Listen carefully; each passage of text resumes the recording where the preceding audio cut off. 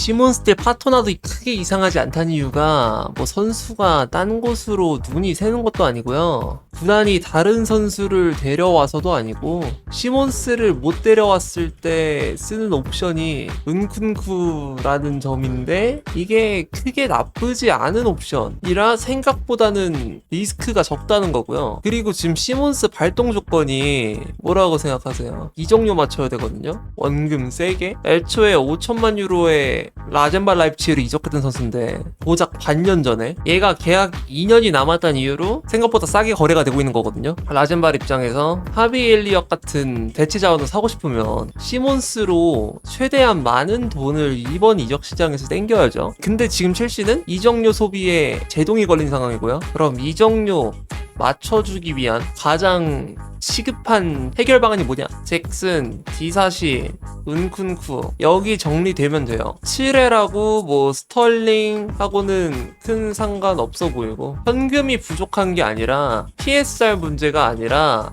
FFP 문제이기 때문에 UEFA 명단에 등록을 했던 선수들하고 상관이 있는 거라 저 3명이 정리가 되어야 합니다. 단순하게 장부 맞춤 노름이랑은 좀 달라요. 근데 여러분 제 생각에는요, 우선순위로 점쳐졌던 시몬스가 이러고 있는데 가르나초라고 다를까? 아니요? 나 똑같아 보이거든? 가르나초도 지금까지 설명한 그 긴 거와 동일한 상황이라서 크게 다를 게 없어 보입니다. 애초에 제가 말씀드린 것처럼 가르나초 딜은 지금 시작했기 때문에 빠른 거지 애초에 첼시 상황 자체가 임금이 낮은 선수를 노리고 있었어가지고 개인 협상까지는 원래 빨랐어요. 그럼 어디에 문제가 보통 생기냐? 협상 및 영입에 있어서 어디서 질질 끌리냐? 보통 이적료거든요. 근데 가르나초도 그렇고 시몬스도 그렇고 이적료 지불에 관해서 지금 얘기가 안 맞아요. 그래서 이적료 협상 단계만 들어가면 딜 진전이 놀랍게도 사라지는 거고 그 시점이 시몬스와 가르나초가 차이가 있었던 것뿐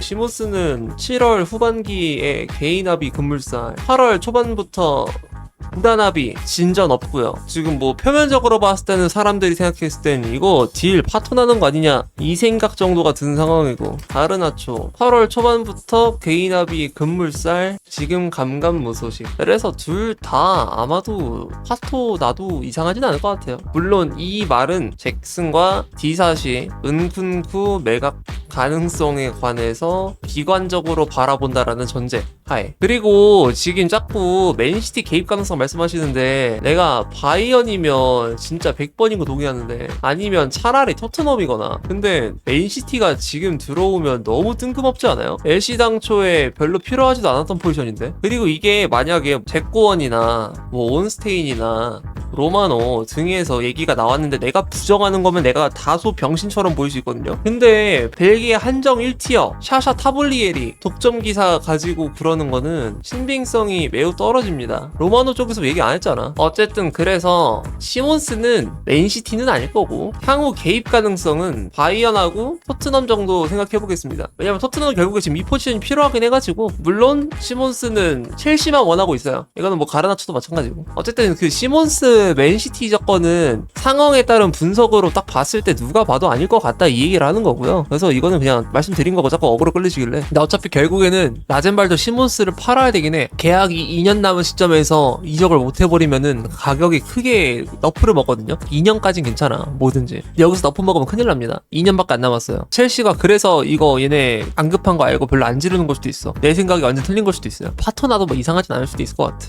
모르겠어. 근데 저는 결국엔 그래도 시몬스 데려올 것 같긴 해요. 데려올 확률이 더 높다고 생각해요. 아직까지. 이적 시장에서 지금 주도권을 쥐고 있는 건 시몬스 딜에 관해선 첼시가 맞는 것 같아서. 지금 중점적으로 봐야 될 테마가 이거예요, 이거. 그래서 잭슨, 디사시, 은쿤쿠, 팔림 이거거든요. 잭슨, 디사시, 은쿤쿠 셋 다 링크가 맛없어요. 여기서 은근 수요가 적극적으로 나왔던 게 디사시였는데 디사시가 뉴캐슬하고 유베하고 비아레알 그리고 사우디 네오메스시 등등으로부터 관심 받았었거든요. 사실 디사시를 사줄 수 있었던 팀은 빌라였는데 빌라는 제가 올렸던 빌라 경제학 영상을 보면은 알 수 있듯이 재정적으로 크게 좆됐기 때문에 영입을 못하고 있거든요. 심지어 지금 리카디뉴한테 급료 삭감 요청을 해서 재계약을 새로 했어요. 지출을 최소한으로 축소하고 있습니다. 근데 이 상황에서 디사시를 사라니. 지금 남의 사업장 파산되게 생겼는데 냉장고 신제품 나왔다고 강매하는 거는 사람 새끼가 할 짓이 아니잖아요. 디사시를 가장 유력하게 사줄 수 있었던 팀은 빌라 정도가 있었는데 막혔고요. 그 이후로부터 뭐 최근 2주 3주? 언급조차 없고, 그리고 있다고 하더라도 단순 관심, 아니 모니터링이 끝. 이게 참 아깝습니다. 잭슨은 언제나 누군가한테 2, 3 옵션으로만 분류가 되고, 운쿤쿠도 별다른 수요가 없는 듯한 현상으로 보이는데, 근데 여러분, 디사시가 최근 2, 3주간 언급조차 없고 있다고 하더라도 단순 관심하고 모니터링이 끝. 지잖아요. 전부터 말했지만 이래서 첼시가 부상 때문에 선수 급하게 데려오는 걸 꺼려 할 것 같다는 거예요. 그리고 마레스카 인터뷰가 나는 센터백을 영입해달라는 게 아닌 것 같거든요. 아무리 봐도 데려오면은 별로 좋게 흘러가지 않을 거라는 거 알아. 지금 시몬스랑 가르나초 가지고도 이렇게나 많은 애로사항이 있는데 여기서 지금 게이를 5천만 파운드 내지는 4천만 파운드 사이에 금액을 질러서 데려오잖아요. 시몬스 5천만 파운드쯤 하고 가르나초 4천만 파운드쯤 한다고 치자. 그럼 그 정도 금액이 되는 선수를 사오는 거기 때문에 시몬스 올 가르나초를 포기한다고 쳐요. 포기를 해도 불구하고 데려왔을 때 출혈이 존나 커요. 지금 단계에서는 굳이 데려올 필요 없을 것 같아요. 여기서 만약에 어제 찰로바가 부상당했던 거 뭐 3개월짜리야. 그럼 사야지. 어제 방송에서 제가 말했던 것처럼 라이트 할 것 같다고 했죠. 역시나 라이트한 부상. 부상도 아니야. 그냥 라이트한 놀람? 토요일에 고든처럼 일요일에 찰로바는 건강했다는 거고. 그래서 지금 게이를 급하게 누를 만한 이유가 없고요. 게다가 돌고 돌아서 여러분 시몬스 뭐 바라는 거 알겠는데, 근데 시몬스가 해줄 수 있는 역할 은쿤쿠 나봐도 구현은 가능해. 그래서 지금 나는 이거는 사소한 이슈고 정말 내피셜이긴 하지만 시몬스를 못 데려왔을 때 쓰는 옵션이 은쿤쿠거든요. 이게 그렇게 디메리트라고 볼 수 있는 부분인지는 모르겠어. 대응책이 바로 구단에 준비가 돼 있잖아요. 물론 여기서 은쿤쿠는 팔아야 되긴 합니다. 은쿤쿠가 금료도 금료고 이적료도 이적료고 많이 소비가 됐기 때문에 지금 장부 쪽에서 굉장히 스트레스를 많이 받게 하는 자원 중 하나라서 정리해두면 큰 메리트가 있거든요. 근데 얘가 안 팔릴 시에는 이걸 고려해 보자는 거지. 그래서 오히려 잭슨이 판매가 되고 나서 가르나초를 사오고 시몬스는 안 사올 수도 있지 않나 생각도 해봅니다. 이건 사견이긴 해요. 근데 은쿤쿠가 퍼포먼스가 그렇게 별로까지는 아니었어서 아쉽긴 했지만 서브전으로 둔다고 보면 괜찮긴 해. 문제는 그 서브전으로 뒀을 때 가성비가 아쉬운 거고, 걔를 데려왔을 때 기대한 바에 훨씬 못 미치기 때문에 짜증나는 거고, 그 얼굴을 보기 싫은 건데 어쨌든 제 생각은 이래요. 축구의 메카는 설 자리가 없습니다. 반드시 나가야만 하는 전. 근데 센터백 인원이 지금 개 많아요. 그냥 수비 쪽에만 19, 20 시즌 터졌다 생각해. 기왕 이렇게 된 거 템스 티켓 사수하면서 애기들 써봅시다 한번. 온몸 비틀게 해야지. 그때 뭐 영입 대안 걸려가지고 토모리 타미 리제 마운트 급하게 콜업해가지고 썼던 것처럼. 여러분, 그리고 센터백 이슈는 제 사견이 아니라 이건 정말 소스에 기반된 발언인 게 킨셀라, 로마노 등등에서 이미 인정했어요. 계속 나오고 있습니다. 여러분이 아무리 갈망하고 있어도 현실은 이렇고요. 마레스카가 말했던 거, 이거 인터뷰 이후에 떴던 게 첼시는 내부 자원으로 모든 걸 대체할 것이다 라는 킨셀라의 트윗이었어. 그러니까 마레스카의 인터뷰는 더욱 더 센터백 영입 요청이 아니란 얘기예요. 이게 기반되는 근거는 이제 킨셀라의 직접적인 트윗이 마레스카 발언 이후에 올라왔기 때문에. 그리고 지금 홈그 자리, 팅그 자리 빈다고 하는데 뭐 쩔 수 있나. 그래서 약간 향후 얘기를 좀 해볼까 하는데요. 어차피 지금 홈그 팅그에서 빵꾸 나고 명단 등록 가지고 머리 아프고 하잖아요. 조지는 21세 이하라서, 아첸퐁도 21세 이하라서 팔아봤자 장부만 늘어나지 지금 첼시가 국면한 문제인 명단 등록에는 차이점을 못 만들어줘요. 그러니까 어차피 팔아봤자 똑같아. 그래서 저 둘을 남긴 다음에 챔스 약팀들 있잖아요. 선발로 써서 적극적으로 키워봤으면 좋겠습니다. 윙포워드를 새로 데려온다 하더라도 걔는 등록이 될지 안 될지가 지금 되게 애매해. 조지랑 아첸퐁은 시몬스랑 다르게 21세 이하 슬롯으로 취급이 되니까 이제 등록이 안 돼도 상관이 없는 거잖아요. 그리고 첼시가 딱 지금만 이겨내잖아요. 진짜 재밌어질 겁니다. 구단 운영 스탠스가 이제부터 확 달라질 거예요. 다음 여름부터는 뭐 월드컵 스타를 노리던 리버풀 맨시티가 노리던 빅 사이닝을 꿈꾸던 데려오는 타깃들의 네임밸류도 달라질 거고 주급의 상한선이 올라갈 겁니다. 여러분이 제일 싫어하는 클럽은 토트넘이잖아요. 근데 여기서 주급 올리는 거 가지고 뭐라 하시는 분들 있잖아. 당신은 토트넘 팬을 하시면 됩니다. 빅클럽인데 코어급 자원이 주급 4억 이상을 못 받는 게 말이 안 돼요. 엔소랑 카이세도, 파머 등등부터 주급이 올라가면서 이제는 정말 가성비로만 굴리는 게 아니라 메가클럽 클래식을 시전하게 될 텐데, 그러니까 지금 맨시티 주급이 높은 거, 바이언 주급 개 높은 거, 이게 다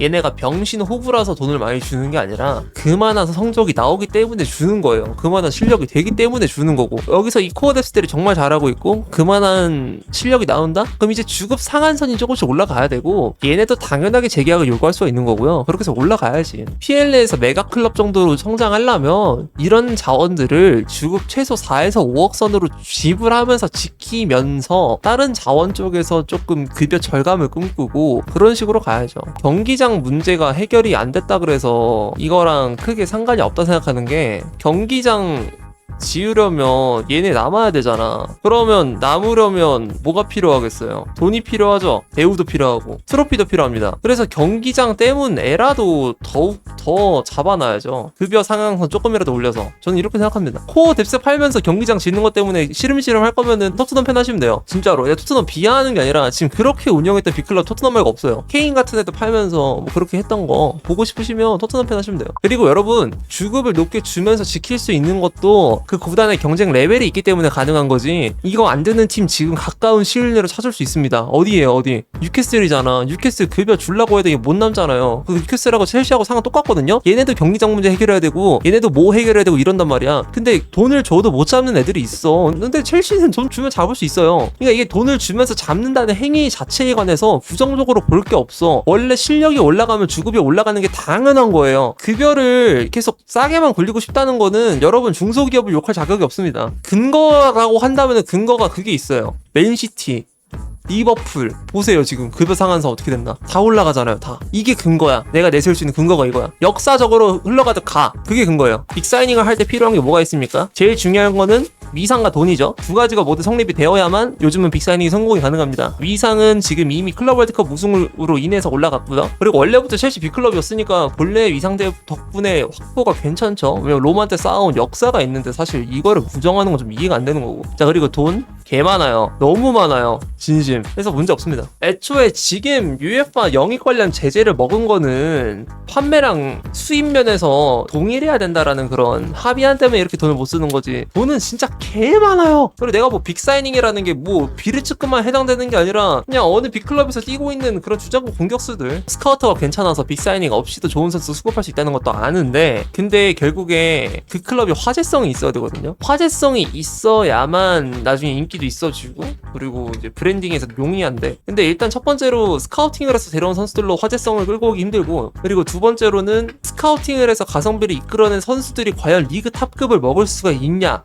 실적은 지금 파머 한 명이거든요. 그런 드라마틱한 반전은. 리버풀이라고 해서 스카우팅 병신이었냐? 아니에요. 걔네도 스카우팅 얼마나 좋았는데. 근데도 불구하고 지금 비르츠 눌렀잖아. 가끔은 돈으로 해결되는 문제가 있으면 돈으로 해결해봐도 이상한 게 아닙니다. 하두 형이 말했던 것처럼 돈으로 해결되는 문제가 제일 간단한 문제예요. 돈이 있으면 돈을 질러갖고 돈으로 해결하면 되니까. 가장 하이 퀄리티로 접근하기 제일 쉬운 방법이 이적료 소비, 빅사이닝 딱. 이게 제일 쉬워요. 역사적으로 항상 그랬어. 스카우팅 잘해갖고 가성비를 이끌어내면 최고지. 근데 그거 언제까지 기다려. 그런 애들 한두 명도 아니고 여러 명도 사야 되니까. 어쨌든 이런 식으로 첼시가 향후에 구단 운영하는 데 있어서 굉장히 많은 차이점이 생길 거라 생각합니다. 2번만 이겨내면 돼요. 2번만. 루카쿠요? 아니 루카쿠 좆된 거는 뭐 제가 뭐 진상규명 책임져야 되고 막 그래요? 솔직히 그건 자연재해 아님? 누가 예상했어? 예상한 사람 나와보라 그래. 걔가 과연 어느 피를 12월에 띄울 거라고 예상한 사람 있나요? 난 아니라고 보는데. 그건 자연재해인데. 어느 빅사이닝이든 그런 식으로 사고가 날 수는 있다 생각해요. 어떻게 보면 베컴도 데려왔을 때 실적이 좋지는 않았으니까 그것도 나름대로 빅사이닝에 대한 사고인 거고, 액시던트인 거고. 페레스가 월드컵 스타를 지를 때 실적이 2014년에 이제 하메스가 좀 아쉬웠던 것도 빅사이닝이 좀 아쉽게 된 거고, 뭐 그런 것들도 보면은 이제 접근 방식이 달라질 수도 있다 얘기죠. 그리고 또 근거가 한 가지 더 있습니다. 이렇게 말하는 근거가 임대 관련 조항이 씨발입니다. 이제 이 새끼들 편법이랍시고 지들이 완전히 처방치해놓고 갑자기 사업 아이템 없애버리거든요? 임대 관련 조항 때문에라도 스카우팅에 의존하는 빈도가 줄어들 수 있어요. 영국 내 임대에도 슬롯을 넣는다는 소리가 있어요. 이게 진짜 말 같지도 않은 소리인 게 원래 영국 내 임대는 무제한이거든요? 보내는 건 무제한이야. 데려오는 게 제한이 있지. 그리고 해외에서도 나이가 22세 이상이었나? 이상부터 인원수가 다 들어가요. 그러니까 22세 이상은 어딜 가더라도 잉글랜드를 가든 해외를 가든 싹 다 6명까지만 제한이 된다. 이런 말이 있어요. 가성비로만 굴리는 게 아니라 메가스클럽 클래식을 시전하게 될 거란 이유가